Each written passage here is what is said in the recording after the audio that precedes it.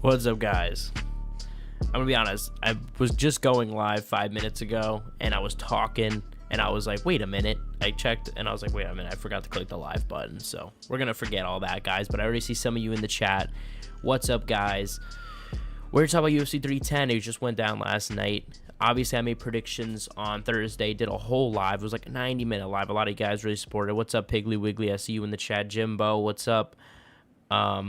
Yeah, we did predictions on a. I'm glad Piggly Wiggly here. I know you missed the stream last time, man. So I'm glad you're here.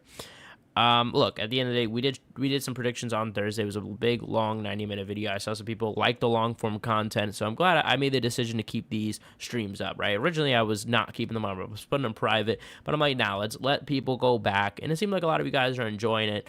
So it's the same thing here. We have stuff planned. We're gonna do some news, brief news, not much news honestly that came out. We're gonna answer some questions. We're gonna go through the whole card, top to bottom, opening card, to the last card. Okay. Yeah, look, so this card was pretty good. I did a video already. If you guys missed it, check it out after the stream because I did a longer video where I talked about some of the news, talking about some of the, Marab stuff, him getting in trouble, Conor McGregor responding, Demetrious Johnson responding to the call out. And yeah, like I said, we are here. We're live. And yeah, like I said, I'll answer all types of questions, guys. How you guys doing? Is the quality good right now of the stream? Let me know. I just want to make sure. I'm just trying to make sure because I don't want to, seem, make the quality bad because I think it popped up that it was bad, but I don't know. It looks kind of good. Is it bad, guys? I don't know. Let me know. Let me know in the chat if it's good or not. If it's bad. What do you think about the DJ call out? Oh, doing good? All right, that's good. I said the DJ call out, we're going to talk about that in depth, obviously, because, what do you call it? We're going to talk about it way more in depth because I loved the, oh, thanks for the good call. Yeah, thanks. I thought it was actually a really good call out. I thought it was a really smart call out. I mean, Pantoja isn't really the type of guy that really makes a big thing out of, his post-fight interviews. He's a very humble guy. Sorry, guys. Sorry if the typing is annoying right now. I'm just tweeting it out that we're live right now. But I said he's usually a humble guy, so I didn't really expect such a showman-like, promo. I mean, he was like, look, I'm the GOAT. If you think you're the GOAT, come back out of retirement. It was a great call out, and it was one that nobody would have thought of. Nobody would have said after the fight, yeah, we need to see this fight. But then he made a call, and it's like, oh, wow. That actually would be a really, really good fight. And it comes at a good time because Johnson retired from one. Like I talked about in the video, that he does still have, he still has contract, he's still on his contract with one. So it's not a situation where easy to go. I think that the fight, I think people are making it a little bit more impossible than it actually is. Thoughts on upcoming MMA YouTuber Eagle MMA? I assume that's yourself, seeing from the user. Look, everybody up and coming. We love all the up and comers. We're trying to grow together. One of us grows, we all grow. You know what I'm trying to say. So I fuck with the MMA Eagle. Or Eagle MMA, my bad. MMA Eagle. MMA Eagle is a better name. No, not Eagle MMA, MMA Eagle. Let me know, guys. I think the MMA Eagle is a fire name. But yeah, no. So, like I said, no. I thought the call out was really good. Last night, just to recap a little bit, UFC 310 went down. Alexandre Pantoja dominated Kai Asakura. First round was pretty close. I don't think it was the one-sided beatdown that a lot of people made it out to be.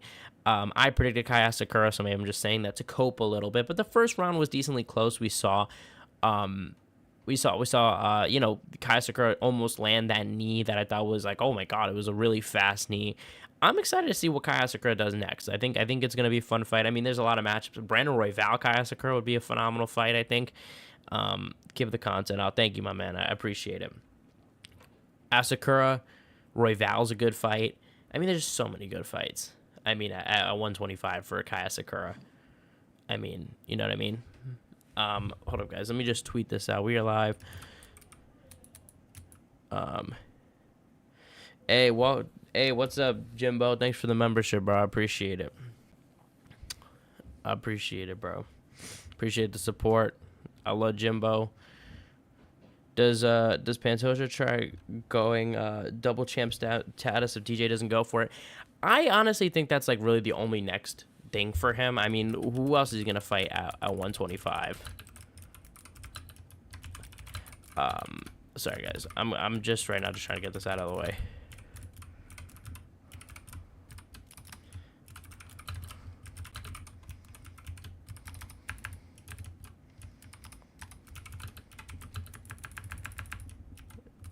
Okay.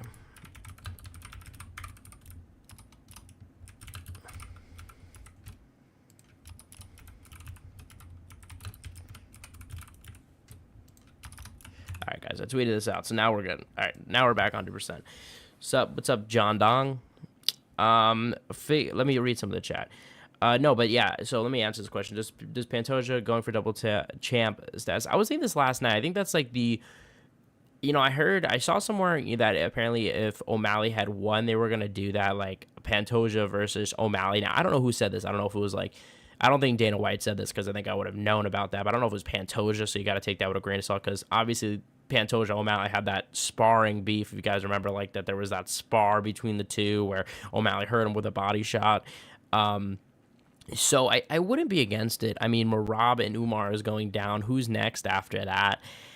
I mean, it's happening next month. I mean, I guess it wouldn't be such a bad time. And that would actually be a pretty good fight. Merab, well, the winner of Merab Umar versus Pantoja. Could be Merab, could be Umar. I'm undecided on that. We'll talk about that too, I'm sure.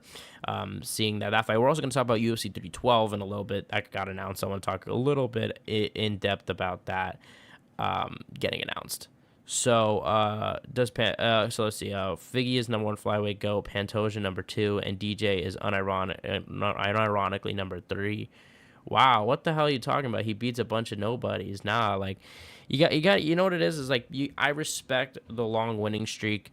Look and Pantoja and Figgy. Well, Figgy beat Pantoja, right? So. I don't know. It's tough to say. I think I would put Pantoja over Figgy right now. I know that he beat Figgy, but hear me out because at the same time, Figgy lost to Moreno, and he beat Moreno like 3 times, right? And look at the other people he's beaten. I mean, I understand. You know what? And I can understand you saying Pantoja over DJ and maybe a couple fights. Don't know if he's there yet, but I think it goes DJ, Pantoja, and then Figgy. In my opinion, yeah, I think you would have to go in that order. And Moreno too is really good, but I wouldn't put Moreno in the top 3. Personally, I don't think you put DJ above Pantoja because DJ is arguably one of the greatest of all time, period, point blank, period. So I don't think you could really say that as of yet. Johnson turned down $2 million supposedly to fight to pass it on. I just read. Yeah, we're going to talk about all that because I think it's interesting that he brings up money, okay? Because, like I said, I think at the end of the day, like, if you're really, it seemed, and I could be reading too, I could just be coping, and I could just be really hoping for this fight to happen. It almost kind of seems like a little bit of a negotiation tactic to be like, look, I'm not coming back. I was offered $2 million, so it's like kind of being like, look, like you're gonna have to really up this price. You know what I'm trying to say? If Cejudo could cut down to flyweight again, what are his chances at beating Pantoja? I think Pantoja beats him. I don't think what do you call it? I don't think Pantoja beats him. I think that Cejudo is gone a little bit older now. I don't think the cut to flyweight is a good idea. I saw that he was thinking about doing this. It would be a good fight. Like it would be promotionally a good fight, I should say. I don't know about necessarily like an execution. Like I don't think it'll be a, barn burner because I think that Pantoja will beat him. I think pretty easily, to be honest. I don't think that the cut will be good at this age. And he hasn't really been successful at 135. I don't think that, going down at this age to a faster division is going to be good for him. That's just my opinion. Like I think that would just be a terrible decision for him to do. But I mean, it sounds fun. Let's see, sub guys. Pantoja needs to fight Kai France. They fought once before, but it was 4 years ago and stuff.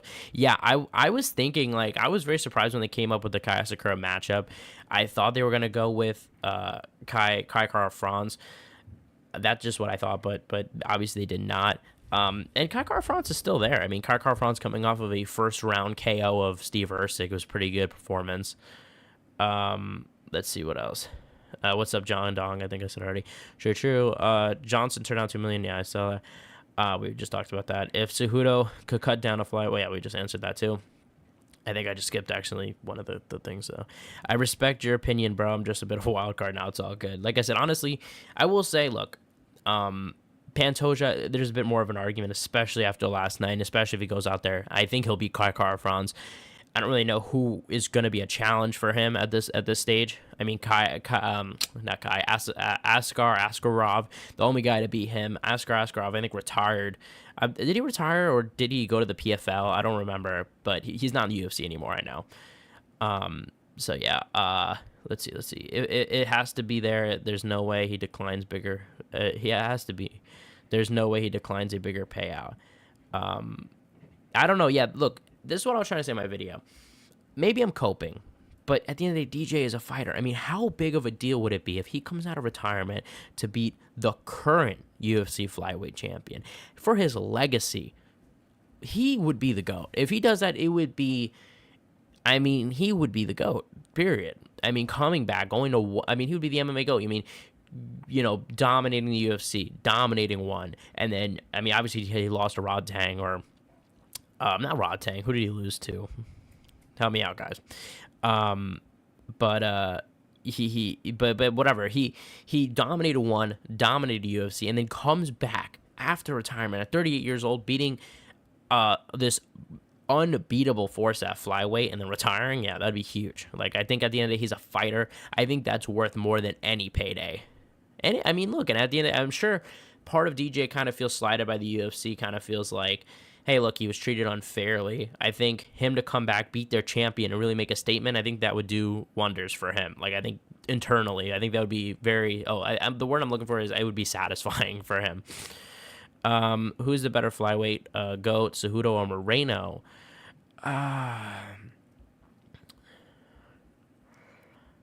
Well, Cejudo has a win over... The thing is, Cejudo didn't really fight at flyweight a lot. Like, he kind of, when he had the opportunity to move up, he moved up and then moved on. Moreno or Cejudo? I don't know. That one is tough. I think I'm going to go with Moreno, just because even though he's lost to certain guys, his losses are pretty close, and his losses are against better guys than Cejudo faced. Like, I think Cejudo's best win is against DJ, and that was a very close split decision. And honestly, I thought it went DJ's way. It was very close, though. So I would probably go with Moreno, but I could see the argument other way.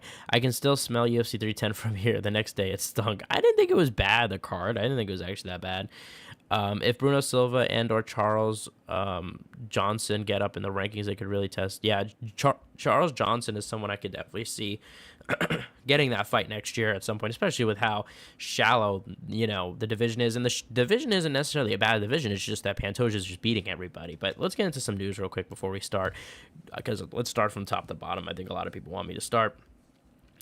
And I'll keep reading the chat, so thank you guys for all the support. Thank you, Jimbo, once again, for being a member. I appreciate it, joining the Jack Pack. So let's see. Okay, so first of all, I want to talk about this. Sean Strickland versus Dragons 2+, he got announced last night during the broadcast. He tweeted at this, time to bring back from freedom to Australia. Deny, depose, defend. No idea where the saying came from or who said it, but I like it. Real catchy, but no idea. Well, obviously, if you guys don't know, that is the saying of the shooter, the guy that shot the CEO of the healthcare, United Healthcare, on Wednesday in New York City. Actually, I'm not gonna lie, guys, like, not that far for where I usually am. You know what I mean? Not too far. Like, literally got on the same train as I usually am. So crazy. But point is that was on the shell casings. So that was a little joke there. But more importantly, Dragons 2+, Sean Strickland's happening. Co-main event, Zhang Wei Li versus Tatiana Suarez. Guys, I think it's a good card. I think it's a good co-main. I wish they would have announced more fights. I mean, I think if Usman, Jack Della Maddalena gets added, that's going to be amazing. I mean, Kai France could, I guess, get added too. Imagine they had 3 title fights, Pantoja, Kai France. That'd be insane. The fight is disgusting. If Hamza had visa issues, at least give the fight to Imavov or Kaio. I mean, I don't think it's that disgusting. Look, at the end of the day, guys, Sean Strickland, he had a very close. I know a lot of people don't like Sean Strickland, but he had a close fight with Dricus Du Plessis. I actually don't mind the title shot. At this point, it does feel a bit stale. Like, I think in my opinion, I think you lean it to Hamzat. But if not Hamzat, I don't think Imavov or Caio Brajalo, come on, that would not be a bigger fight and more warranted. Like, they're not exactly, like, more warranted than Strickland. Strickland beat Paulo Costa. Like, it's not like he beat nobody in between then. He beat Paulo Costa, like, 5 rounds to none. Even Robert Whittaker. Look at Robert Whittaker versus Paulo Costa. Look how close that was. Well, not necessarily close, but, Robert Whittaker did get hurt by Paulo Costa. And that happened literally a couple months before Strickland versus Paulo Costa. So I think he definitely deserves some credit and things like that. I think so. Let's see. Any other news I want to talk about? No, I think that was it. All right, so let's just get into it, guys. You guys just want to get into it. Get into the what do you call it? The picks? Wait, what the fuck is this? Okay, I don't know what that was. All right, whoopsie. All right. Oh, fuck. Whoopsie, guys. That was a bit of a spoiler. Ignore that. UFC 310 results. Damn, I fucked up there. UFC 310 results are here. So UFC 310, we made predictions. I went through each fight on the card. I basically said my method of victory, broke down each fight, gave my reasoning for my picks, and yeah. So we're once again here for the picks, and we're gonna hear. Not many people look. Many people make predictions. Many people put it out there. I'm not only putting it out there, but I'm coming back the day after saying what went wrong, where did I go wrong, how was I wrong, what did I say that was wrong, and hold myself accountable, right? You don't really see, most of the time people just move on like, oh yeah, I was kind of cool. No, we're putting our feet to the fire and we're reacting. So thank you guys. Like I said, feel free to ask any questions as we go through each fight, and I'll answer them as we have been doing already. We're 20 minutes in and we're doing this. Okay. So let's start off. Wait, hold up. So yeah, UFC 310. I thought it was. I just saw someone say it was trash in the chat. I didn't think it was that bad of a card, to be honest. But I thought there were some exciting finishes. I mean, there was some. The main card suffered a little bit with the Bryce Mitchell-Kron Gracie fight, with the Cyril Gane versus Volkov fight not being exactly the most exciting fight either, but also being a robbery. So let's move on though. UFC 310 results. Let's start off with the first fight. My prediction. Now, I didn't make a graphic, if you guys recall. I kind of fucked up for this fight, but I did predict Nunchaku by KO, which is what happened. He landed like a left hook at the end of the first round. And yeah, I mean, this guy has power. Not really much to talk about here. This fight was kind of one that fell on the radar for me a little bit. I didn't even make really a proper prediction last time out, but this was the prediction. So I was correct. We started off good. We started off with a W. Yeah, and it was a decent way to kick off the main card. But I'm going to move on because I think there's some other interesting fights. Chase Hooper by sub was my prediction. That is exactly what happened. I said like first, second round. And yeah, we saw in the first round he submitted Clay Guida. Obviously, they had that grappling match where he also submitted him. But I wasn't sure. I didn't think it would necessarily go exactly that way because obviously there's takedown defense. This isn't pure grappling. So it's interesting that Clay Guida, I mean, I guess maybe not by choice necessarily, but he was so willing to go back to the ground. But like I said, maybe that wasn't choice. But Chase Hooper has just been looking really good. I mean, like I said in my last stream where I did the prediction, a lot of people were shitting on him for moving to lightweight, including myself. I did not think he would do well at lightweight, but he has done well. I mean, you know what I mean? Granted, he hasn't fought the best of the competition. Like, look, he just beat Clay Guida. It's not like he beat a Benoit Saint Denis. But I would like to see him fight maybe a top 15 guy next, maybe a guy around that. They'll probably give him Bobby Green. I don't even know, like Bobby Green. I don't think the Bobby Green matchup would be interesting at all, obviously, but maybe Jim Miller. They just give him all the vets. They just like he's the Jake Paul of UFC of the lightweight division. But look, Chase Hooper is a chill guy. I like Chase Hooper. So good performance from him. Not surprised at all. And what I predicted. And my predictions, we got our first wrong prediction. Michael Chiesa, Max Griffin. I had predicted Max Griffin by decision. To be honest, I did not like how Michael Chiesa had looked of late. So that was kind of my reasoning for this. I thought that Michael Chiesa had looked a little bit worse than you, like, as of late. I mean, he had the Kevin Holland loss and had a few losses in a row. He did beat Tony Ferguson, but I wasn't going to put too much stock into that. because look, it's Tony Ferguson obviously hasn't won as of late, so I didn't really put too much stock in it, but. Look, Mike Chiesa actually did look good here. He got like a rear naked choke in round 3, a finish, which I was surprised about. Like I said, I think I said on the stream, I said, if he were to win, I think it would have been by like a decision, close decision. No, he actually did pretty well in this fight. Michael Chiesa is back now. Who would have thought 2 wins in a row, the end off 2024. So I don't know. Who does he fight next? I mean, is this a comeback from Michael Chiesa? I still don't think so. Max Griffin isn't like, the highest level of an opponent. So it's not like we're like, oh shit, like Michael Chiesa might be back, but it's still a good win. Of course, I'm not trying to take anything away, but I mean, does he get I don't even think he's ranked in the top 15. So does he get a top 15 guy? I mean, him versus Nick Diaz wouldn't be that bad of a fight if they are going to have a Nick Diaz fight. I don't know if Nick Diaz will ever fight. But if, this would be a better matchup than the Vicente Luque one. Let's put it that way, which would have been, we're going to get to Vicente Luque, but geez, if Nick Diaz would have fought Vicente Luque last night, I don't think that would have been good. Moving on, Joshua Van by decision. He fought Cody Durden or whatever. Who did he fight? I always mess up the name. Durden. Whatever. I had predicted this. Perfect prediction. He's been looking good, Van. Obviously, he fought Edgar Charas at the Sphere card. It was a really good fight, and that's kind of what I expected, and that's kind of what went down. He put on a lot of pressure. He defended a lot of the takedown attempts, and it was like a bloodied up fight. I thought it was a really good fight. I liked, I liked the fight. I think it was one of the better fights of the night. I'm trying to think, like, what won? Does anyone know what one fight of the night? If anybody could tell me. Does anybody know what one fight of the night? I don't know what one fight of the night. So, moving on. Eric Anders by KO. That was my prediction, and Eric Anders did win by KO. So, this one I think most people had. I mean, this was a 50-50 fight in terms of the odds. A lot of people had Chris Weidman winning. A lot of people thought maybe it'd go to a decision. I thought, Eric Anders by KO. Because, look, Eric Anders, as I said, he's a guy that does go forward a lot. But the KO happened in a way I didn't expect. Like I said, I will say, I did think it was going to happen on the feet. Maybe you'd catch him, rock Chris Weidman, and finish him off with ground and pound. He did get finished with ground and pound. But Eric Anders came in and really took him down. Well, went to take him down, which I was very surprised about, and got on top of him, ground and pound. And as I said in my last video or my last live stream, there was actually an interview with Eric Anders that was supposed to go this week. It literally, the file got corrupted, so it never came out.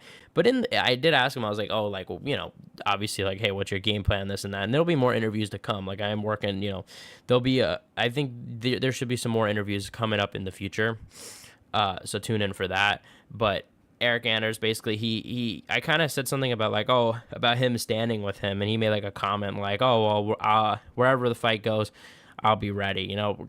He said something like that. He could do more than just strike, kind of alluded to that, and I didn't really think much of it. But then after I saw, I was like, that may, judging from this, maybe his plan was always to just take him down. Maybe his plan was to mix it up. You think the stoppage was a bit early? You're already at the end of the round. I was surprised that they didn't make it go to the third round. Chris Weidman did take a lot of ground and pound, not answered. But, I would say maybe not necessarily early, but it definitely was a bit surprising. I think it definitely could have went on a bit longer. Chris Weidman seemed to protest it, which I don't blame him. I think at the very least it could have went to a round 3. But it also didn't look like it was going the other way. You know what I mean? Who knows? It probably even could have went to a decision. But it was a bit of an early stoppage, I will say. It was a bit early, a bit surprising was my initial reaction. Was I mad at it? No, because it didn't really seem like the fight was going anywhere else. So I wasn't really outraged, but I could definitely see the arguments seeing if you're Chris Weidman being like, it was early. And Eric Anders has 2 fights left. He's actually retiring in 2 fights. So curious to see. I don't know if he will retire after these 2 fights because, look, he is a bit of an on and off guy. Like he beat Kyle Dawkins and then lost, I think, and then I think he won his last fight. Now he won this one. So I said to him in the interview like that remains unseen and will never come out. I was like, hey, I feel like with this win, he could be fighting a guy like a Kevin Holland, a bigger name. You know what I mean? Could parlay this into a bigger matchup. You know what I mean? and potentially, get some notoriety. Like maybe he beats like a Kevin Holland. Then what are we gonna do? You're gonna retire after one fight. Then what if you get a top 15? You win that. You're not gonna just go until you lose. I could see him, and I kind of said this to him. I was like, I could see it being a little longer than that, but it is what it is. I thought this was, look, a good performance by Eric Anders, and a surprising one at that, to take down Chris Weidman, who was a wrestler. I think most people would have figured Chris Weidman was going to try to take him down. So I think Chris Weidman was a bit caught off guard. We were caught off guard. And yeah, so move on. I know he was disappointed about not fighting at Madison Square Garden, but got the win here. Randy Brown versus Brian Battle. Now, this one I think is one of the more controversial fights. I want to talk about the weight missing because I think that this needs to be addressed. A lot of people don't talk about the weight missing. A lot of people that, I think if you're in the know of MMA and combat sports, it's a big deal. But people outside will be like, well, who gives a fuck? It's a couple pounds. The fight should go on. It is really unfortunate. I really do feel bad for Randy Brown here. Because Stephen Thompson really, I think, raised awareness and raised a really convincing argument when he pulled out of that fight with Michel Pereira as to, look, like, this shit actually does matter. So let's get into it, guys. Let's just start from the beginning real quick before I get into the fight. I'm going to briefly recap. Obviously, Brian Battle missed weight, 4 pounds. And look, what do you call it? Let me see. Yeah, he missed. Oh my God, whoops. I fucked up there. I forgot we're not on, whatever, it doesn't matter. He missed weight by 4 pounds on Friday morning, and it looked like the fight was maybe not going to go down, right? It looked like maybe the fight was, it was kind of in a state of limbo. Yeah, just a smidge early. Yeah, I agree. I said, look, the fight was in a bit of a limbo state because, yeah, Brian Battle missing weight by like 4 pounds is a pretty big deal. And Randy Brown brought up a good point right after and said, look, and I've said this before. I've said that, I don't remember. I think I said this about the Ryan Garcia situation. I said, look, he clearly knew he was not, and I agree with this, he clearly knew he was not going to make the weight. And you could have said the night before, hey, I'm not going to make the weight. Why don't we do a catch weight, 175? Let's do 180. You know what I'm saying? So we both don't got to cut weight, and let's make this an even fight. You can still get my purse, all this and that. But you're getting an advantage. And look, people will be like, well, it's 4 pounds. It's not about the weight. It's about the cutting to the weight, the effort you're putting into. Randy Brown, of course, he had a rough weight cut. You know what I'm saying? He even said himself, he said, now I killed myself to get to 170 when this guy didn't. This guy got a free pass to get to 175. Like, imagine that. Like, you imagine cutting weight to 170 and you find out your opponent hits 175 and you're like, damn, I could have stopped cutting 5 pounds earlier and it would have been a fair fight. I mean, that is so frustrating. That must be so frustrating to feel.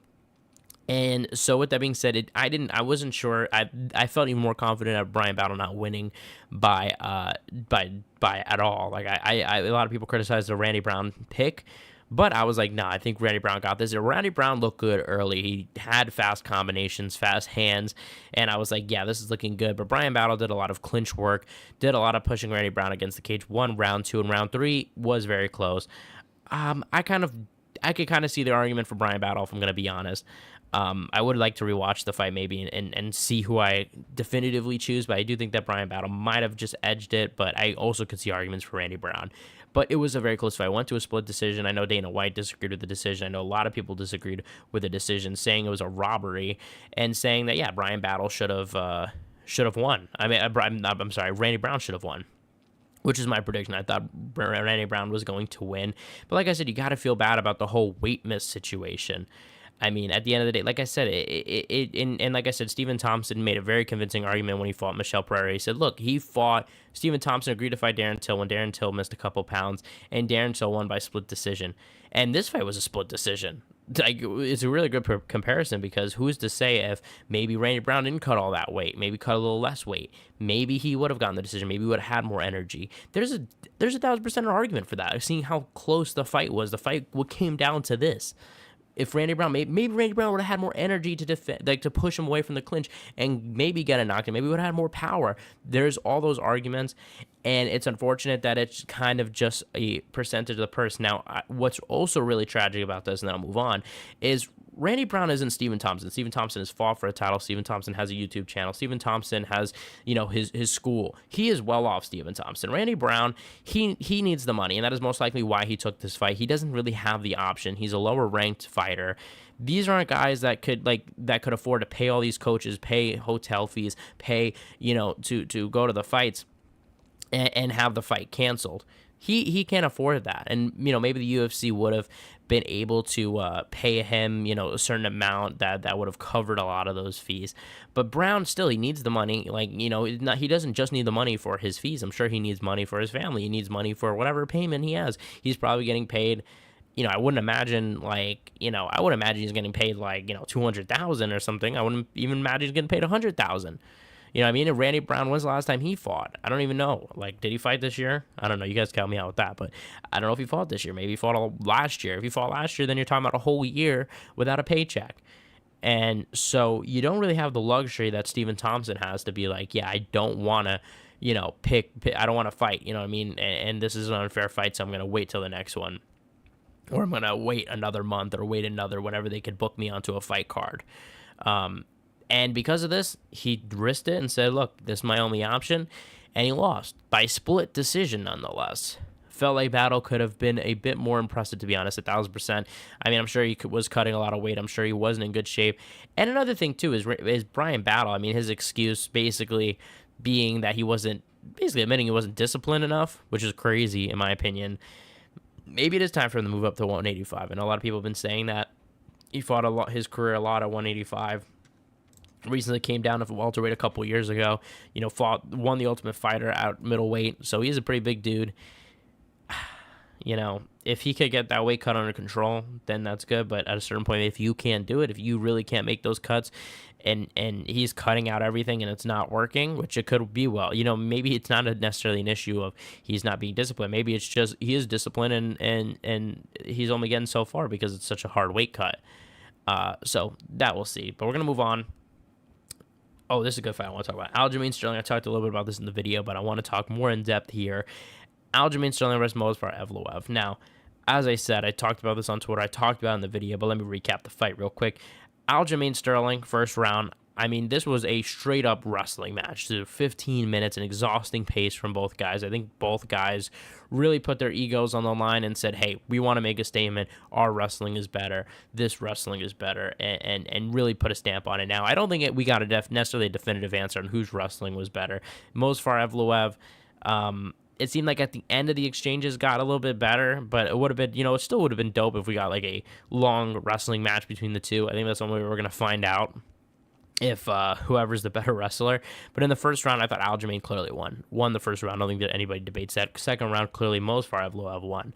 And then the third round is the question mark. Now, for me, I scored it for Aljamain Sterling. Why? Well, as I said in my video, I know a lot of people say, oh, well, damage, right? Damage matters. And Movsar Evloev landed a lot of punches. Okay, 1,000%. I understand that. And that is, of course, I wasn't born yesterday. This is, of course, something I'm taking into account. You know what I'm saying? But something I don't think a lot of people are taking into account is, number one, Sterling, he had control for most of that round, I believe, right? I think Movsar got the last, minute to 90 seconds controlling, and it wasn't exactly like a hard control on top of Sterling. It was just a weird, awkward exchange where, he was on top. Not necessarily holding him down, not necessarily literally controlling him, if you catch what I mean. So, and I think he landed one takedown that round. I think Sterling landed 3 or 4. So that's also important, right? And I would say the last 30 seconds or so, Movsar was landing those shots, those punches, which, yes, made the round close 1,000%. I'm not here to say that this was a robbery. But the big thing that people are not taking into account is that slams count as effective striking. It does. If you look at the rule book, slams count as effective striking. And, I mean, Sterling must have gotten at least 2, and they were allowed. I mean, the louder, the more effective, the more impressive, because you are hurting your opponent.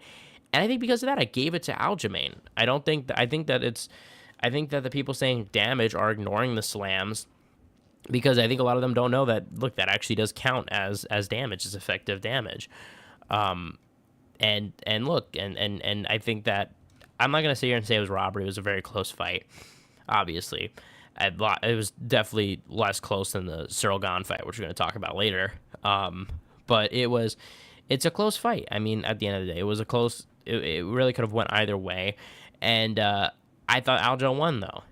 I want to see what Aljo does next. I think Aljo It sucks because Aljo's been the champ. Aljo has, done a lot of stuff, and he's fighting on the prelims. He's fighting the hardest guys. Hopefully, they give him a good matchup. Hopefully, they build him up at featherweight. I hope they actually take some time to promote him at featherweight. I hope they take some time and say, okay, you know what? Let's give him a matchup. Then let's give him a little bit harder. Let's give him a little bit harder, and then bring him to a title. Like let's have like a long play for the Aljamain. Give him, and if he loses any of these fights, then okay, then we move on. Then feed him to the wolves. But let's give him like I like the Cater matchup. Don't get me wrong, like that was a nice matchup for him, and to warm up to the division. But even then, I think a lot of people picked Cater. So even then, it was kind of a tough matchup. But just in hindsight, it was pretty dominant. But I'd like to see him fight. I mean, I'm trying to think of the top 15 right now. Who's in the top 15 right now? I mean, I guess like I wouldn't mind seeing him fight like a Dan Ige to warm up. I know that he would be a big favorite, but like I said, I want them to build him up. That's what I want to see, and let's see how well he does. Give him a couple fights in featherweight, and then maybe you give him a next opponent. Then maybe you give him a Max Holloway. Max Holloway's a lightweight now, so never mind. But you give him a top 5 guy. Maybe you give him Josh Emmett next. That would be interesting. I think Josh Emmett's more than an even matchup. Josh Emmett could very well win that fight. We need to see Topuria versus Mosvar next. Yeah, I mean, I wouldn't mind that. I wouldn't be super against that. I think that a lot of people are going to shit on it. Personally, I would love to see Diego Lopez versus Mosvar Evloev next, maybe in Mexico. I don't know when that fight's happening. Oh, no, it's happening in March. I think that'll affect Ramadan, right? So I don't know if that fight is actually going to happen. But I would love to see Diego Lopez versus Mosvar Evloev too. 5 rounds would be fucking crazy too. I mean, that would be a great main event. But, I wouldn't mind seeing that. I think who did he beat? Brian Ortega. Brian Ortega, I think, is a better win than Arnold Allen or what do you call it? Or Arnold Allen or Aljamain Sterling, especially because Brian Ortega was last year, right? That he beat Yair Rodriguez. So I think that's a better win. I think Diego Lopez has been also more active, got more finishes. I know Mosvar, obviously the big elephant in the room is that he beat Diego Lopez, but I still would rather see that personally. But Mosvar, if what do you call it? Let's say that Topuria, let's pretend Volkanovski doesn't exist. But if Topuria beat, let's say, Diego Lopez in March, and then Abu Dhabi time we see Mosvar and Topuria, I wouldn't be against that. I really wouldn't. Let's see. UFC has a hand in how the judges judge. I don't think so. I've seen this before. I really don't think that I don't think that. I think judges, guys, just at the end of the day, like a lot of time, you guys gotta admit, like it's a lot of pressure. It's a lot of you're in the arena. Like I know people say like in their eyes. I really don't think that's the case. Because do they really want Mosvar over Aljamain? I mean, do they really? It would have to be personal because there's undoubtedly one is a bigger draw than the other. Like undoubtedly. I mean, we're just looking at the facts. One of them has headlined multiple pay-per-views while the other one has not. One of them is 1,000% a bigger draw. I mean, Sterling versus Topuria is a bigger fight. I think if he would have beat Mosvar, then Mosvar versus Topuria. In my opinion, like literally, Aljamain was a champ. He has more trash talk. He brings more entertainment to the fights. He brings more conversation. He has a bigger fan base. I mean, let's be honest. I mean, the only thing that makes the Mosvar fight interesting is undefeated. That's the only thing that it really adds. How would that matchup go? Super interesting against Topuria Mosvar. I think Topuria has a chance. I don't think Mosvar has really looked all that impressive. He didn't look impressive against, obviously, Diego Lopez. He against a guy making a week's notice debut. And obviously, look, Diego Lopez is good, and we know that now because he's beaten. Look at the people he's beaten. He has freakish power. So no embarrassment there. And there's no embarrassment to the Arnold Allen or Aljamain fights because there are close fights. What I'm trying to say is I think that Topuria has shown he's kind of levels above that. And I think he would beat Mosvar. But he has good wrestling, too, Topuria. We've seen good defensive wrestling. I think maybe I think he would catch him. I think he would catch Mosvar, to be honest. Maybe in round 4 or 5. Maybe it would be a slower fight. But I think he would catch Mosvar. That's my prediction. Let's see. Hamza deserves the champion over Sean Strickland. We talked about that earlier. I do think so as well. I think that so much time has passed since that Paulo Costa fight, but I'm not like raging about it. Like I'm not like, oh, Strickland shouldn't have gotten it. Like a lot of people are. I understand the argument, but at the end of the day, look, Strickland. I thought Strickland beat Dricus du Plessis. So that's also another thing for me is I thought that Strickland beat him. So I'm not super against it. I wonder who Hamzat fights next. I think he's probably going to wait out for the title shot. I think he'll probably fight the winner of Duplessis Strickland. I think that probably just Ramadan is not lining up. March. Think about it like this: like he can't fight in March. February, maybe they just don't think it makes sense for Hamzat to fight in Australia. Maybe there's a visa issue there. With all the rumors of the visa issues and things like that. So maybe they're waiting for Trump to take office, Trump to deal with that, because there have been times, I think Darren Till had a visa issue, and actually Donald Trump dealt with that, crazy enough, right? That we have like literally presidents fixing these UFC fights for us. So seriously, the Hamzat Chimaev fight could actually be more likely to happen in the U.S. And I think Hamzat Chimaev tweeted something like about his fight being in the U.S. So maybe the UFC did call him and say, hey, look, maybe I'm 1,000% correct. And they called him and said, look, Trump is taking office, January 20th. We're going to have this fight a couple weeks after that, and we'll get you in America, maybe International Fight Week, maybe in the summer sometime, maybe September. We'll see. You know what I mean? And I honestly hope Dricus Du Plessis wins, because I think Du Plessis versus Hamzat is a way more interesting fight than Strickland Hamzat. I would highly doubt Strickland would beat Hamzat. I think that would be I don't know. But Strickland does have underrated wrestling. He's a hard guy to keep down. So who knows? Maybe that would be a sneaker matchup. You know what I mean? But I wouldn't have minded Hamzat to fight Du Plessis now, to be honest, because I was actually pumped for that fight. So moving on, though. Next fight is... Oh, yeah. Okay. So Garimbo versus Luque. This was a fight that I said, look, I felt bad for Vicente Luque. I said this literally because I predicted Vicente Luque. I predicted Garimbo by knockout because, yeah, Garimbo has looked good recently. And he has The Rock on his side. You know what I mean? So that's number one.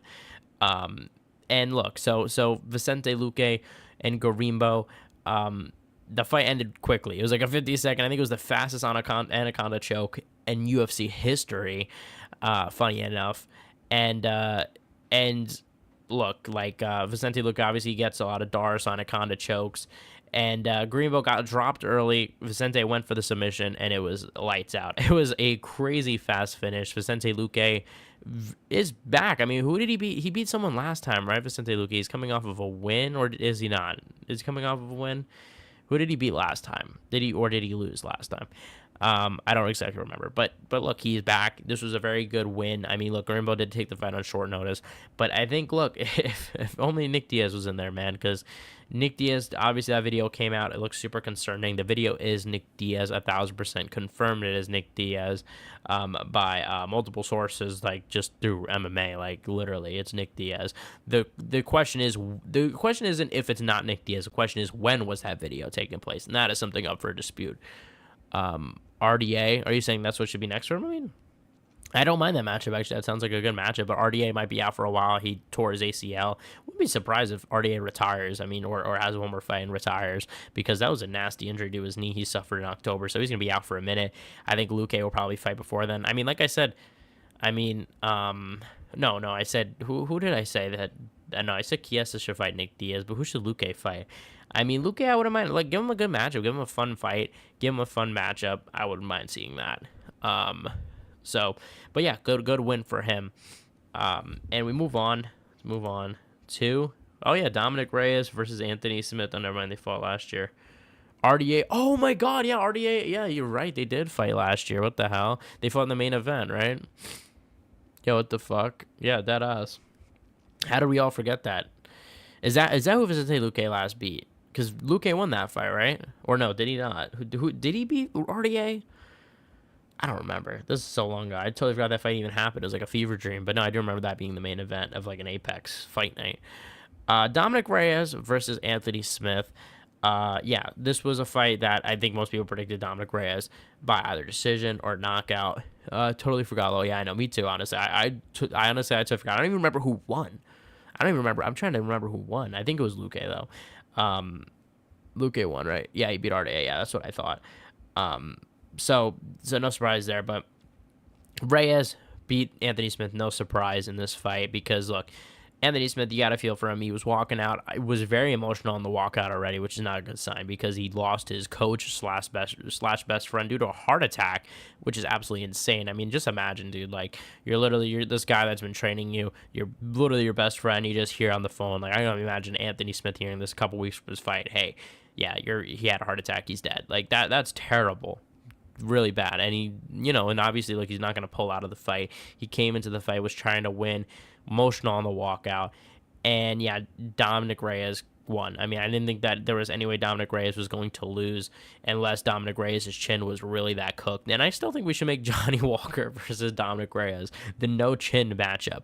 But it was apparently at one point I saw Anthony Smith, according to Dominic Reyes, was saying hit me with his hand down, just wanted to feel something. I mean, it was not a good performance from Anthony Smith in terms of not even just skill, just a dark performance. And after, Anthony Smith retired. I say retired because, as I say, I have a rule. If a fighter doesn't fully retire, I think they're coming back. I mean, we've seen this time and time again. So I think the fact he was non-committal and was like, maybe means yes, he's coming back. Or at the very least, maybe he gets cut from the UFC and he does something else. Maybe he does. I mean, hopefully he doesn't do bare knuckle boxing, but I'm just saying, does something like that. I don't think he'll go to a PFL, but I think maybe in some stage he returns to combat sports. I'd be shocked if this was actually it.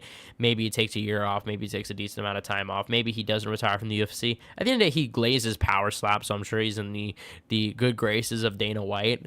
So, look, Dominic Reyes won. As I said, I would love to see the Johnny Walker matchup just because it's the battle of no chins. Let's see who would lose. I think actually Dominic Reyes would lose that matchup. I think actually Johnny Walker would win because I think Johnny Walker has a better chin. I think compared to Dominic Reyes, he has a granite chin. I mean, Dominic Reyes got knocked out cold with a jab. I mean, I understand this from Ryan Spann, but it was with a jab. Out cold.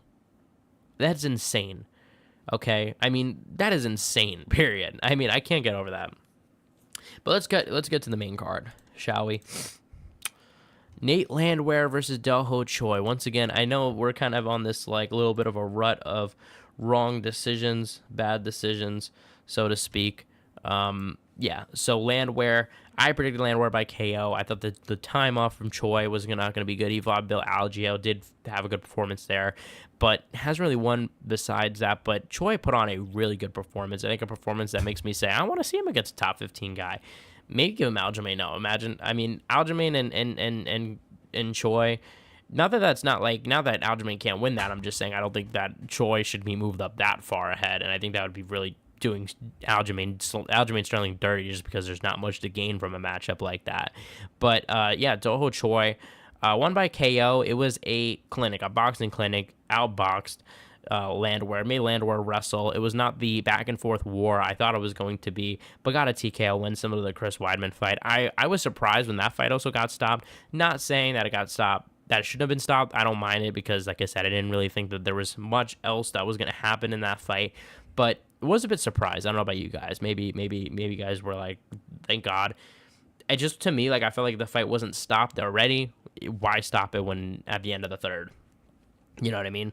But I was happy because, oh no, I don't think I had a bet, actually. I was thinking about betting this fight ends by KO because that was, like, I think, like a plus 105. But I didn't wind up doing it. I thought I was betting too much, so I was like, let me not. But there we go. So he won by KO, and that was that. So we move on. Now this was my proudest moment. I mean, this is my proudest moment. Bryce Mitchell by KO. Didn't exactly happen the way I thought it was going to happen. But listen, he was too tough to watch. He had no answers to try. Yeah, that's what I'm saying. I don't mind him getting stopped because it's not like he was making a comeback. But, I was just a bit shocked, is I guess how I put it. Not that it was stopped early. I was just shocked. But Bryce Mitchell by knockout. This was my proudest bet of the night, proudest prediction.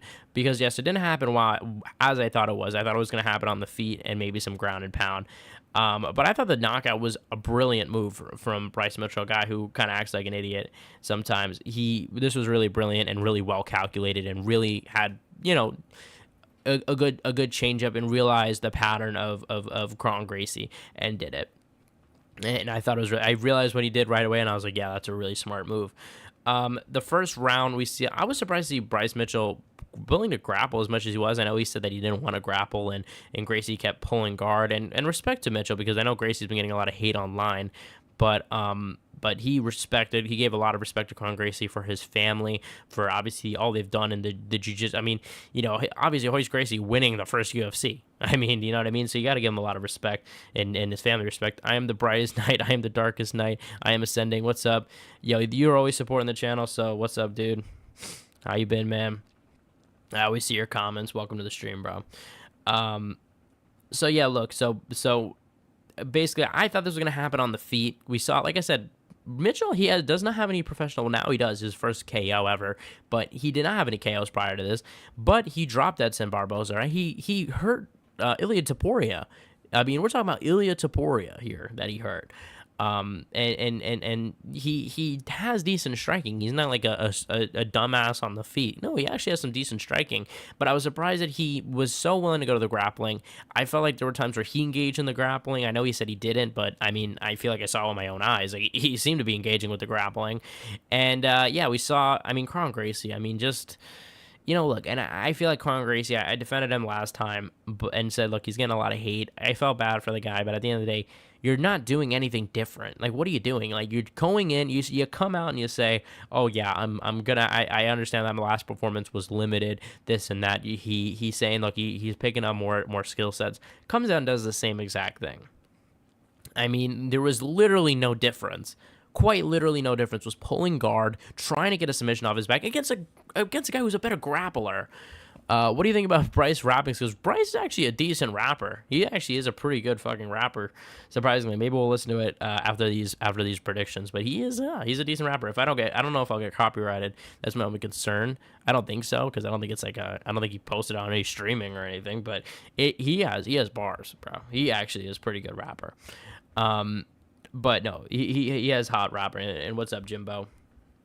What do you call it? Yeah, so Bryce Mitchell, whatever. Bryce Mitchell by KO. Second round, same thing. Kron Gracie pulling guard. He needs to. Oh, well, let me see. I don't think it's popped up here on this chat, but he needs to wrestle or something. You can't be a specialist nowadays. Yeah, exactly, 1,000%. I mean, jiu-jitsu gets so shit on. And it's a shame, because jiu-jitsu is very useful. I mean, jiu-jitsu is as important as wrestling. It's just in a way that it's one of those things where, look, if you don't have jiu-jitsu, you're fucked. But if you have it, it's not really going to seem like that it's important. Because at the end of the day, like, you need just basic defense against jiu-jitsu. And that's how you get finishes, you know what I mean? Having a mix of both jiu-jitsu and wrestling is so good. And wrestling, of course, is important. Like, wrestling is the number one thing, but I think jiu-jitsu is number two.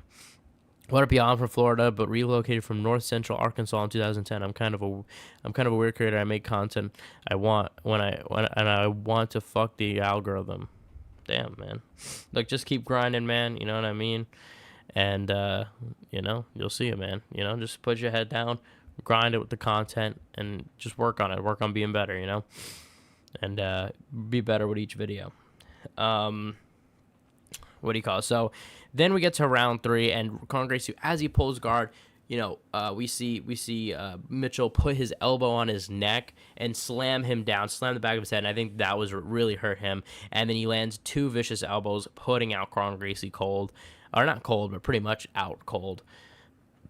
What up, Calico? What up? So putting him out cold, I thought it was a brilliant move, because he used the momentum of Kron Gracie against him, used him pulling guard against him, and said, no, this is a mixed martial arts fight. This ain't jiu-jitsu. We're gonna, I'm gonna slam you. Like I said, jiu-jitsu gets shitted on way too much, and I think, of course, if you're gonna fucking pull guard, yeah, that's not gonna work in MMA, but people think that's all jiu-jitsu is, and whatever, I like jiu-jitsu, so maybe I'm just a bit biased, but I think that people shit on it so much, and people don't even know what they're talking about when they shit on it too. Like there's some people that do know what they're talking about when they shit on it, but you know what I mean? But a lot of the time, it's just people that they don't know much about grappling, and they're just like, jiu-jitsu is useless. It's not useless. Like, what are you talking about? My main interest is theology, but I also cover MMA, poetry, reactions, whatever. I want 250 vids, 65 subs. You sound sick, Jack. I actually am sick, yeah, but I actually am feeling better. What do you call it? I feel better. I was a lot worse like Thursday when I did the stream. Actually, Thursday I did the stream, I actually took a nap after the stream. I woke up and I was worse. Like my nose was totally, I couldn't breathe out of my nose. And yeah, so Thursday's video, or the Friday video, I mean to say, probably I sounded pretty sick. But what do you call it? But look, as you guys can see, I'm breathing out of my nose now. So thank you for the concern. I am sick, but I feel better now, a lot better. But yeah, theology, interesting. I took theology class, so you know what I mean. Maybe I'll check it out. That was KO of the night? Question mark. Let me think. Let me try to think. I mean, the Necheko knockout was good. Honestly, that was a really good knockout, I thought. Yeah, probably. I wouldn't. It's either a Necheko knockout, in my opinion. Let's light up that like button. Yes, let's all light up that like button, please. But yeah, Bryce Mitchell, good performance. My knockout was plus 500, and I told y'all that's the fucking bet of the night. I said it last time when we did the predictions. This is why you guys got to tune in.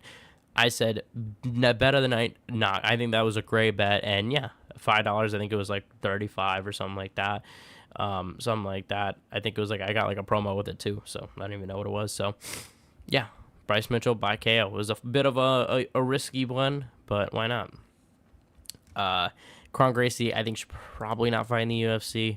Don't think, after back-to-back performances like that, not exactly the best thing you want to see. And Bryce Mitchell, I mean, good win for him. Obviously, we don't really know how has that Josh Emmett knockout affected him. We don't know, because obviously he fought Kron Gracie, not really anything there, which I thought was a smart move. Don't give him a guy that's going to absolutely, hit him with big shots and all that. I wouldn't mind seeing him against like maybe an Aljamain Sterling. I mean, I know I said before I want Aljamain to get a little bit of a evener matchup, and I mean that would be an interesting matchup. I wouldn't mind him, and I don't know. I wouldn't even mind Mitchell versus Mosvar, but obviously I think Mosvar does. It would be a little dirty to Mosvar because he kind of does deserve a title shot. But I wouldn't mind maybe him, but maybe Aljamain Sterling, Calvin Kattar. You could do too. I mean, there's a few good matchups for Mitchell in that division. Moving on. Cyril Gane by decision was my prediction, but if you guys were watching the stream, if you guys watched the video back, we spent a lot of time on this fight because I said split decision was actually my prediction, which is I actually said split decision, which is exactly what happened. It was a split decision, so it was dead right. Bryce and Choi wouldn't be bad, but it's just Bryce, I guess, won a fight. But I guess you don't really need to do that. Like I wouldn't mind Bryce and Choi. That's a totally fair matchup. And I would be excited for that. Don't get me wrong, but Cyril Gane by split decision was actually my exact prediction. I said split decision. I wrote it on there, and that's exactly what happened. But I said, look, I wouldn't be surprised if we're sitting here the day after the fight saying, yeah, Cyril Gane lost that fight, and that's exactly what happened. And I attributed this to that I thought Volkov was going to use the grappling, which Volkov did use grappling, right? I thought that the mixing it up was going to throw off Cyril Gane, make him go backwards, not make him as active on the feet, slow down the activity, that Volkov was going to steal rounds with the takedown, which is literally what happened. I even said I was going to change my prediction, and honestly, I kind of did. I bet on Volkov, so I was a little disappointed he lost. I bet it on that night. I was like, you know what, I'm going to go for it. I think that there's at least a decent chance. Let me do it. I saw the plus, like, 300 plus 260, something like that. I don't remember the exact odds. I was like, fuck it, let's do it. I think Volkov is going to win. And Volkov won. I mean, I don't think many people would disagree with that. Look, and I'm not loose with the term robbery. I don't use the word robbery a lot because, as I always say, I think at the end of the day, like, I think there has to be some responsibility for not finishing a fight. And and obviously there's times where decisions are atrocious. I think the Paddy Pimblett Jared Gordon fight is an atrocious decision. There's no way you can come up with that. That was just like robbery. Like, one guy clearly won and deserved the win, and that was that. But this fight, when it comes down to a round, and it was a close round at that, I don't necessarily think it was a robbery. I do think it was a horrendous decision.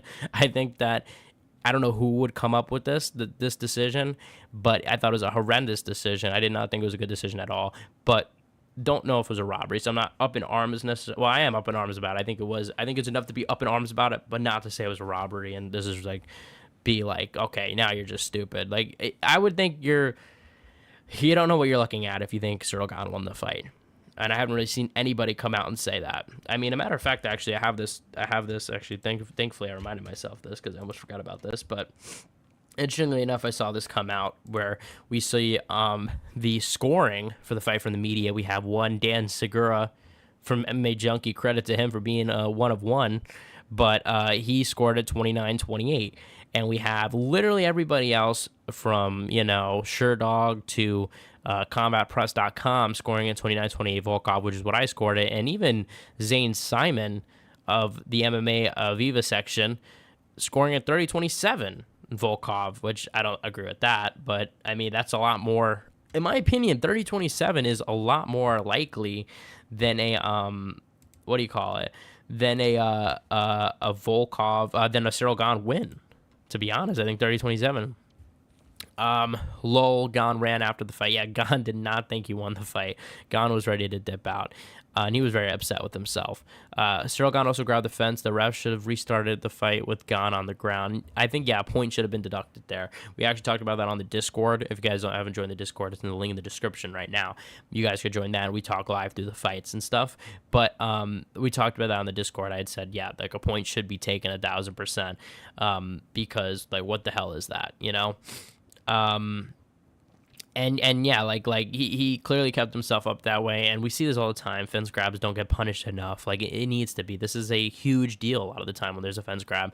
I mean, I think that there needs to be a point deducted or something. There needs to be maybe a rule change, because maybe they feel like a point deduction is too much, but then we need to have some sort of punishment. Is it that they go to the ground? Is it, I don't know. Yeah, I'm not sure what that is. But then the problem with going to the ground is, how do you decide the position? What position do you choose? Because there's no guarantee on the position. It's complicated, the fence grab situation. So what do you do there? Because Volkov worked for the sweep. Yeah, he didn't. He would have gone it without that. I mean, and I don't think Cyril Gane did it intentionally. I don't even know. I feel like if I were fighting in an octagon, I would be grabbing the cage all the time, to be quite honest. I feel like I'd be grabbing the cage all the time, and just because it's instinctual, you're gonna fall, you grab something, but obviously you can't do that. That's obviously cheating. That did affect the trajectory of the fight. 1,000%. I mean, and who is to say if Cyril Gane, not only maybe Cyril Gane was still won round one, maybe he would have, and there's even a case to say that he would have lost round one, but he would have definitely been more slower down after being controlled for longer, having to work to get up. He would have been slower in the later rounds. There's definitely a case to be made, and I don't know why Dane Darklight, just added himself, but anyway. Cyril Gane, I thought, lost the fight. I haven't seen, except for now, I just saw the MMA Junkie Dan Segura somehow say this. I gotta really look that up. I gotta look up what his argument is here. But that was a close second round. Cyril Gane did have some moments. It was close, and I even thought that watching it. It's close, but I thought that Volkov did enough. So I guess I could see if you give him the second round, give him the third round, which is what the judges did give him at the end of the day, that there's an argument there, but I think it's wrong. Volkov, I hope that Volkov doesn't really go down the ladder.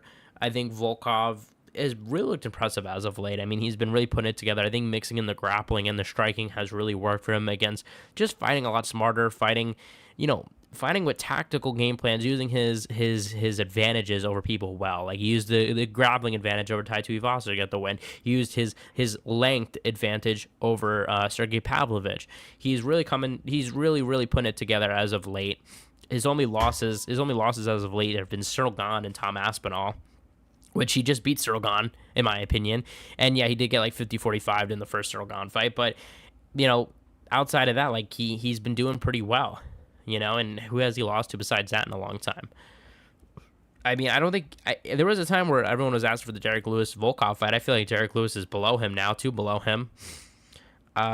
So I wouldn't mind even seeing. I mean, who is there? I mean, I think Jairzinho Rozenstruik's fighting soon. Is Jairzinho Rozenstruik fighting Pavlovich? I don't know, but maybe the winner of that fight, of Jairzinho's next fight, maybe. I don't know. There's not a lot of names. Gane, he knew he lost, and I think Dana reached out to Volkov about the decision. Hope it doesn't affect the rankings much. No, I don't think it will affect the rankings much. I think Gane needs to fight down. I think Volkov needs to maybe have another fight before. Well, obviously, look, it's not like Volkov was going to fight for the title, even if he won this fight dominantly or knocked Cyril Gane out in the first round. Maybe it would have helped the conversation if he actually did get a first-round knockout. But but he wasn't probably going to do it, seeing that we have the John Jones, Tom Aspinall situation. So what's good about that is it's not like, this was a case where now we have no number one contender and we're in a weird situation. So, look, and we also have Alex Pereira in the mix of the heavyweights, so we're fine. We have more than enough. So I think that the Volkov fight, I think Volkov hopefully would fight like a number one contender or in a somewhat number one contender match, maybe, later on to the year. Maybe he wants to fight soon. I don't know. We'll see. Maybe he rematch is gone. Maybe there's a trilogy. They are 1-1. I wouldn't be so against it. Like, I wouldn't be like outraged about it. If they fight maybe like a main event of a fight night. I don't know if they do that, but I mean, it'd be a trilogy, so why not? They're 1-1. I wouldn't hate it, to be quite honest. But let me know. I mean, the only thing that gives me pause about that is it wasn't the most exciting fight. So that's why I'm not like, oh, like let's do that, Moving on though to the co-main, Shavkat Rakhmonov by decision is what I predicted in my thing, and that was another bet of the night, low key, because not a lot of people saw it going to a decision. Now, I do want to apologize because I did not address one of the biggest parts of the fight last night. There was a big move, I think, from Shavkat that made him win the fight. I mean, I thought that this move really, I think in the hands of the judges really, I think not even just the judges, I think number one, the judges saw this and really made it be like, look, I think Shavkat kind of had the edge over Ian Gary. Not only that, I think this move really affected Ian Gary later on. Like, I don't think Ian Gary was able to fight the same after this high fight IQ from Shavkat. I mean, I thought that the ball grab was just amazing. Like, I thought that this move really, really put Shavkat in such a high advantage over Ian Gary. I thought Ian Gary clearly could not fight the same after that. I mean, Ian Gary he didn't know what to do after that. I mean, he was done. I mean, from there, once that happened, he didn't know what to do anymore, and the fight was over. But in all seriousness, guys, Shavkat Rakhmonov, I talked about this fight at length in my video, but Shavkat Ian Gary, look, I did say this fight was going to be close. I said 49-46 decision. I said maybe 48-47. I even saw maybe 50-45, depending. I thought all these rounds were going to be rather close, which was kind of the case. But I don't think that there's any argument on the scoring. I think most people agree, even though it was very close, even though Ian Gary did look good, I think most people agree Shavkat won. Nobody's going to make an argument for Ian Gary.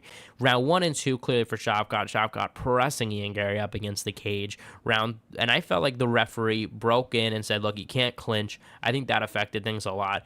Like I said, and maybe rightfully so that Shavkat was stalling a lot of the position.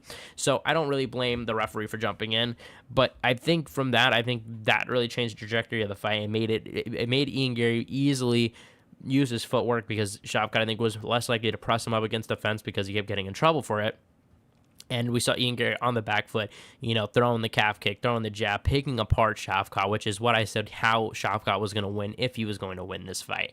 And, that's exactly what happened in round 3, at least. Round 4, we saw Shavkat finally get a takedown. Great takedown defense from Ian Gary. I mean, even more reason why we're going to talk about this later, why I would want to see the Ian Gary-Colby Covington fight.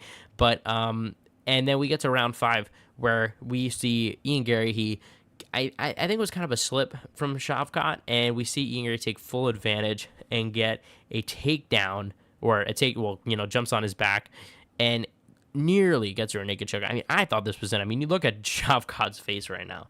Shavkat is like, holy shit, I'm about to lose my O. And look, and another thing, and Ian Gary won that round and nearly won the whole fight. But what do you call it? Look, at the end of the day, I feel like Ian Gary had an advantage in this fight. As I said this in the build-up, and I'm saying it now. Ian Gary had an advantage in this fight, I should say, because, look, that Ian Gary and Shavkat, they did train together, but Shavkat hasn't really changed much because he's been still at the same gym. And Ian Gary did change. He's gone to different gyms. He's went to the Charles Oliveira gym, gained some jiu-jitsu. I mean, he's a different fighter, and I think that probably Shavkat didn't expect maybe so many changes. He should have if he didn't, but because we were all saying that, but he maybe didn't see as many changes, maybe didn't expect as many changes as we all thought there was going to be, and that's on Shavkat. And Shavkat did wind up winning the fight, though. A lot of people saying Shavkat's overrated. I don't think that's the case. I think it's just a testament to how good Ian Gary is. I think we all underrated Ian Gary, and I think it just that makes it all that much more exciting to see who does Ian Gary fight next. So I got this one right, this prediction. And it kind of went as I expected, a close fight with Ian Gary having some success. I even said, I think I said in my video, I said we're all going to walk away from this fight saying, yeah, Ian Gary is better than we all expected. And that's exactly what happened. I was honestly, not to toot my own horn here, but I was dead on with these predictions. Moving on to the main event. So speaking of being dead right about these predictions and killing it with predictions, we talk about my probably biggest flop of a prediction, which was Kai Asakura by KO. Look, I was not delusional. I knew this was a risky pick. I knew that there was a large likelihood that Pantoja was going to win this fight, but I did edge it to Asakura because I think Asakura, look, he has confidence. I didn't believe that maybe the UFC jitters were going to get him, and it didn't seem like that. Like, I think Pantoja was just better. I don't think it had anything to do with him being nervous. I think Pantoja was just better. And we saw in round one, Asakura almost landed that flying knee. Round one was very close. Like, does anyone know what the judges scored it? Because I thought it was a very close round. It could have really went either way. And Pantoja, I felt like, was trying to get the awkward timing of Asakura, was trying to be aggressive. I mean, he was aggressive from the start, and I feel like Asakura really handled it well. And let's see, we definitely gained a lot more respect after Ian after the fight. Yeah, I thought so too. Gone. He knew he lost, and I think Dana. Oh no, I think we read that already. Pantoja is faster and always steps ahead. Yeah, no. Well, one of the things Pantoja was really good at is aggression. I feel like he's lost that in his title fights, and I think it's because he's even said himself he has to fight a little bit more safer because there's a lot more money on the line. But before it, when he look at the Alex Perez fight. I mean, and look at the second, I should say, Brandon Moreno fight, the first one in the UFC, but the second Brandon Moreno fight, not for the title, the one where they were both contenders, where Brandon Moreno lost that one. I think it was a 3-round fight, that one. Pantoja, was all over Brandon Moreno in the first round, was all over Alex Perez, and that's just how he fights. I mean, that's how he fought. Now he fights a little bit more safer, and I think rightfully so, because as I said, that's why I picked Moreno in their third fight, their second UFC fight, their third fight, because I thought that because it was a 5-round fight, Pantoja was going to come out guns blazing, which kind of happened, and gas out a little bit later, which kind of happened, but Pantoja got a second win and was able to win that fight. And since then, he's been fighting a lot safer, like the Brandon Royval fight, a lot safer, a lot smarter, a lot more tactical. And he started off with that aggressive style, which I was very surprised about. I think it showed his lack of respect for Asakura. And even in the post-fight interview, not necessarily that he was disrespectfully, I'm saying in the way that he didn't think that he had a good chance at beating him. He even said, he's like, yo, you think this guy was going to beat me? Nah, he's not even UFC. You got to prove yourself in the UFC first before you come at me. So I think he looked down at Asakura. I think he really thought that he was going to beat Asakura, which he did, obviously. So first round was close. Second round, we saw Pantoja get his back quickly, get the body triangle super quickly, and get the rear naked choke. And yeah, quickly tap out Kai Asakura. Now, Kai Asakura, nothing to be ashamed about. This is his first UFC fight. Like I said, I was not under, just because I picked Asakura by KO, I was not under any delusion. There is so many things working against him in this fight. But I thought skill for skill, I thought Asakura would do better. Obviously, I don't think that was the case. I don't think so. I think in a rematch, obviously, I'd pick Pantoja, to be honest. Unless Asakura looks really different and really changes up his style or something like that, but I just feel like Pantoja is just that good. I don't think it has anything to do with Asakura. I think Pantoja is just that good, and I think that Pantoja, I think just his grappling made a big difference. I think the fact that, even Kai Asakura didn't fight in a cage, it's his first weight cut to flyweight, his first UFC debut. There's a lot of stuff on the line for this guy. And, yeah, I mean, if you're looking from the outside in, of course you would say Asakura. But I thought stylistically, that he would catch Alexandre Pantoja. I thought his confidence would be able to make up for a lot of that mental gap. But it is what it is. Pantoja is faster and always a step ahead. Yeah, Pantoja has a crazy chin. Yeah, he's also insanely tough. And look, I thought that he was going to get cracked by Asakura, because also I was not a big fan of the Steve Erceg performance. I thought that he didn't look so good in that fight, and I thought maybe this was a sign of him slowing down, but no, he is back, and I hope he fights Demetrious Johnson. He called out Demetrious Johnson. We talked about it in the beginning of the stream. I hope that happens. I hope that fight does actually happen, because That would be amazing. I mean, that would be a super fight. I mean, Demetrious Johnson, just a storyline. Demetrious Johnson coming back out of retirement to go one of the best MMA fighters of all time, coming out of retirement to fight Alexandre Pantoja. I mean, it's to fight the current UFC flyweight champion that is looking hot himself, that is maybe even starting to rival the greatest flyweight of all time if he keeps this up. That is a crazy storyline. Does it happen? No, like I said, I think more likely than not, no, sadly. Demetrious responded on his YouTube channel, said no. Demetrious Johnson tweeted out saying no.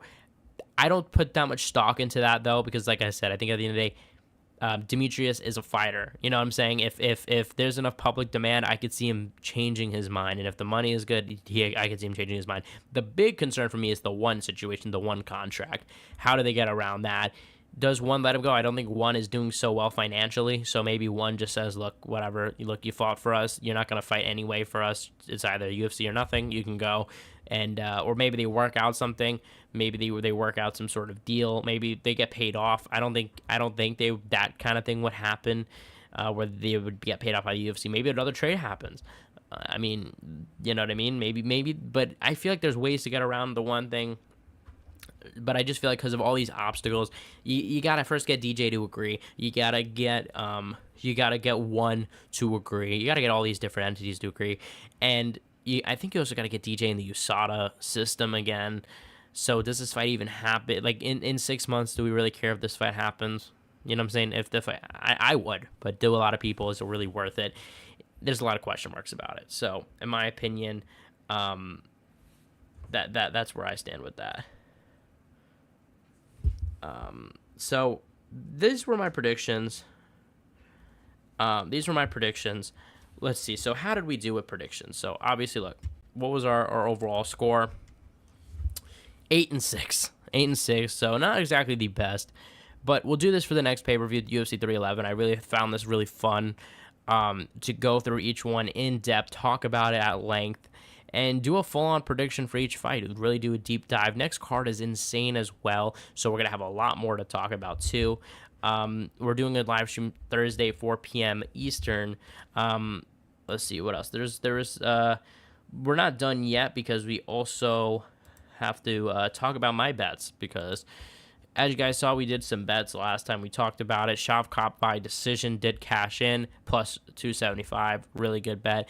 I didn't put the Bryce Mitchell one on here, but I did tell you guys on stream, yeah, that's the bet. And you guys should do that. So even though it's not on there, but Kai Asakura money line, plus 215, not it.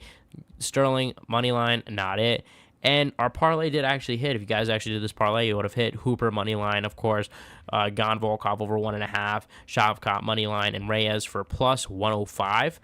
What a parlay! All that hit, and yeah, pretty much that was it. And let's see. So also, guys, I want to give a little shout out because I saw this before. You guys will not believe this betting slip. This is not mine. I cannot take credit for this. But imagine this hitting. Look, you see Michael Chiesa by submission plus 420. Vicente Luque by KO or sub 260 plus 260. Pantoja to win by sub round 2, 3, or 4 plus 450. $200 to bet 20,592. Now I never bet $200. Like I never bet anything that big. I'm betting like very little. You know what I'm saying? Like I'm betting like 10, 20 at the most. You know what I'm saying? Like I think the most I've ever bet is like, I'm trying to think. I think it's like 25 or something like that, maybe like $25. I think the bet I one time. So when the Paddy Pimblett Bobby Green fight happened, I bet on Paddy Pimblett months in advance because the line was like plus. I think I got Paddy at like plus 180 or something crazy, and I was like, I don't think he's losing this fight. No shot. I think he's getting shitted on. I think he's getting too hated on. I don't like Paddy, of course, as you know, like I'm not a fan of Paddy, but I think as skillfully, I think he could have beat Bobby Green, which is obviously what happened. He beat Bobby Green rather easily as well. So that was like the number one bet, and I think I won like obviously I don't know whatever it was. You guys can do the math on that, but that was like the biggest bet I think I've ever done because I was like, holy, like steal of a line. And I might do the same thing for Merab, honestly, but I don't know if I'm going to pick Merab. That's the only thing. I don't know if that's a risky bet.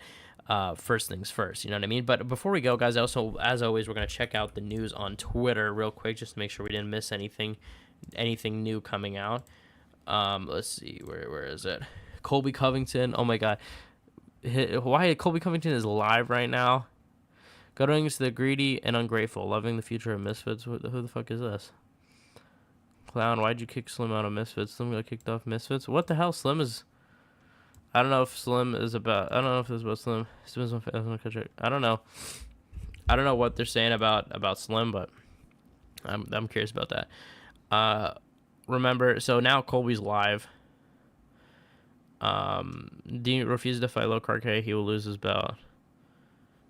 Oh wow, so Dean, I guess maybe he's talking about Dean or something. Oh, so this is, who is this?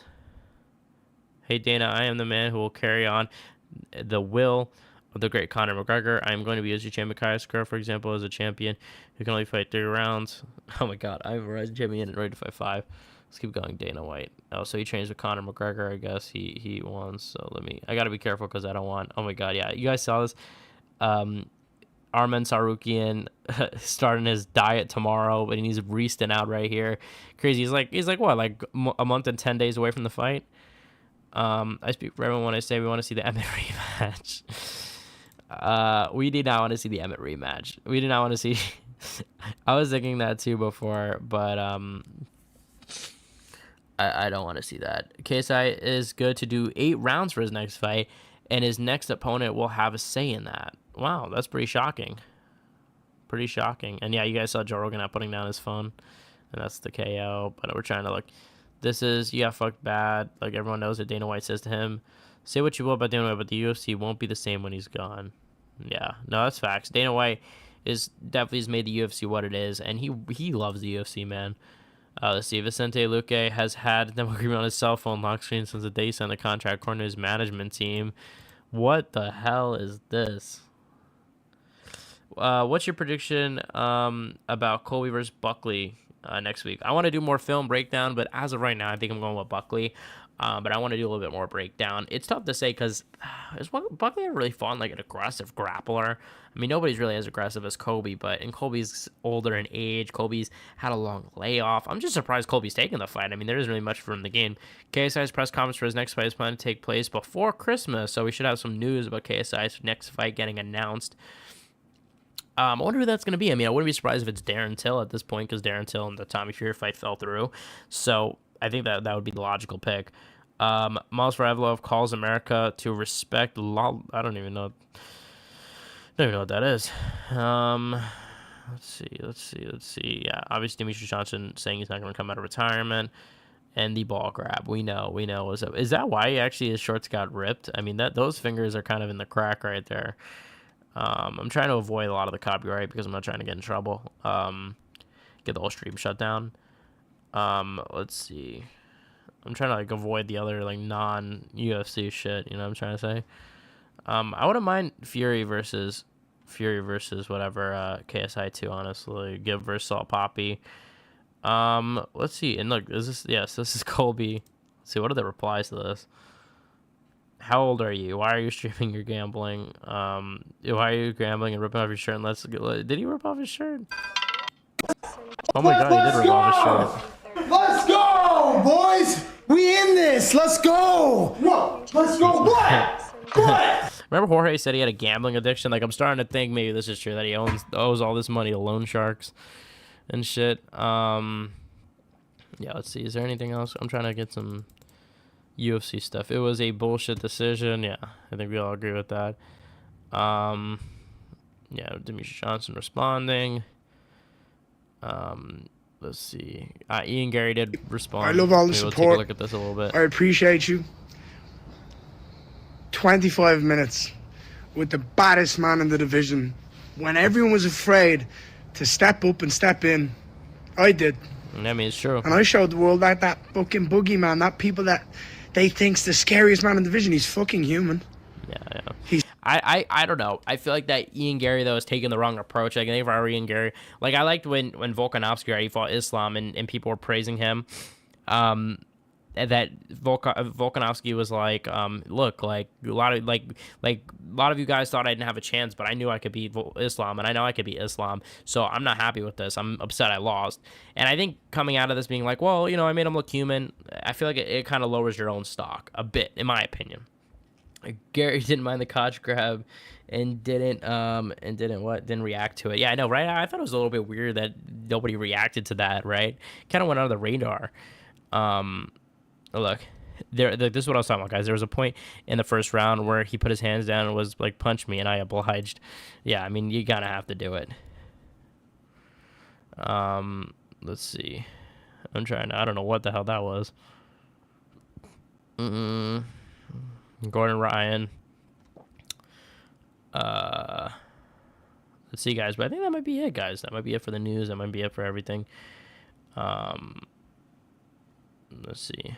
Yeah, I think that's pretty much it. Let's do a little refresh before we go. And yeah. Oh yeah, you guys see this? Well, I don't know. I don't want to get copyrighted, so I won't do that. Charles record from COB in tennis for UFC 311. Mock Shivers Armin Sarukian, and says he'd be willing to be the backup fighter if the UFC asks him. Okay, well that's good. And I'm curious to see an Islam and Charles Oliveira rematch. I would like to see that at some stage. I think that he has a chance, more of a chance than other people are letting it on to be. You know what I mean? But yeah, let's do one last refresh. Let's see. Give us something good. And nothing good. Oh no, here we go. Most rival calls out, I need his title. Yeah, no surprise there. Obviously, he's gonna want to fight him. It says he wants to fight him April, May, and next year. I don't think Bilal will be down because of Ramadan and all that. But like we see Islam eating an orange. I don't know if you guys saw that. But yeah, guys, let's see. I think that's it for the MMA news. We're getting out of like MMA news territory. The judges, this one good, but made me smile. Haha, yeah. The judges, that's funny. Yeah, I think Aljamain obviously like good spirits after. Had made a video with him. Oh, you was holding. I didn't take your glove. Yeah, good spirits after the fight. Credit to Aljamain. And yeah, guys. Let's see, is that it? Adola Choi called out Bryce Mitchell, and he promptly accepted. So looks like, I don't know I forgot who said that in the chat, but someone said, "Oh, Mitchell versus Choi." Looks like that fight is happening, or it could potentially happen. I should say. Obviously, UFC has to agree on that. But what is this? The economy is so bad that one stick is $10. So funny. All right. Well, let's see. Oh my, what is this? Oh no, that has nothing to do with MMA. Well, I think that was basically it, guys. Let me know. Did you guys like the card? I thought the card was actually pretty good. I know a lot of people shit on it. A lot of people did not like the card. Let me know, guys, what you guys thought. Guys, I love the stream. I love the stream. Love to talk with you guys. This was an eventful stream, another long stream where we just talked, where we just chatted it up. We just talked about life. If you guys were watching this on the replay, if you guys did not watch this live, comment in the comment section below. Let me know if you watched the whole thing. I'm truly honored. You guys have been a joy to chat with. We're going to be live once again Thursday, 4 p.m. Eastern time. We're going to be talking about, I don't know. We'll figure out what the main segments are going to be. We'll talk about UFC Tampa coming up. We'll do one on Sunday where I react to UFC Tampa, react to the events there. And yeah, it was okay card. I didn't think the card was all that bad, guys. I thought that there was some decent finishes, but hey, teach your own. Teach your own. Jimbo, thank you for the membership, bro. I really appreciate you. I really appreciate the love all you guys send me, especially even Jimbo, man. Being a member, really do appreciate it. Join the Discord, Jimbo, or really anybody, and yeah, and let me know in the Discord, and I'll shout you out, man. Thank you guys for watching, guys. You guys are the best fan base MMA. There'll be a video tomorrow, 10 a.m. Eastern time. Tune into the video. If you guys didn't check out the video I made earlier today, check that out because I broke down some other news that we didn't go over in this video, on this live stream. Thank you guys for watching. You guys are the best fan-based MMA. Hit the subscribe button, like, comment, and share, guys. And I'll see you guys in the next one. Yeah, we're done with the stream. Do-do-do. Yeah, bye, guys. The veterans kind of snuck up the card, but overall good card. I agree. I just want to answer that before I end the stream. But hey, we're here. Look, we're back here. And now we're here. So, bye, guys. Appreciate you all. Thanks for the love.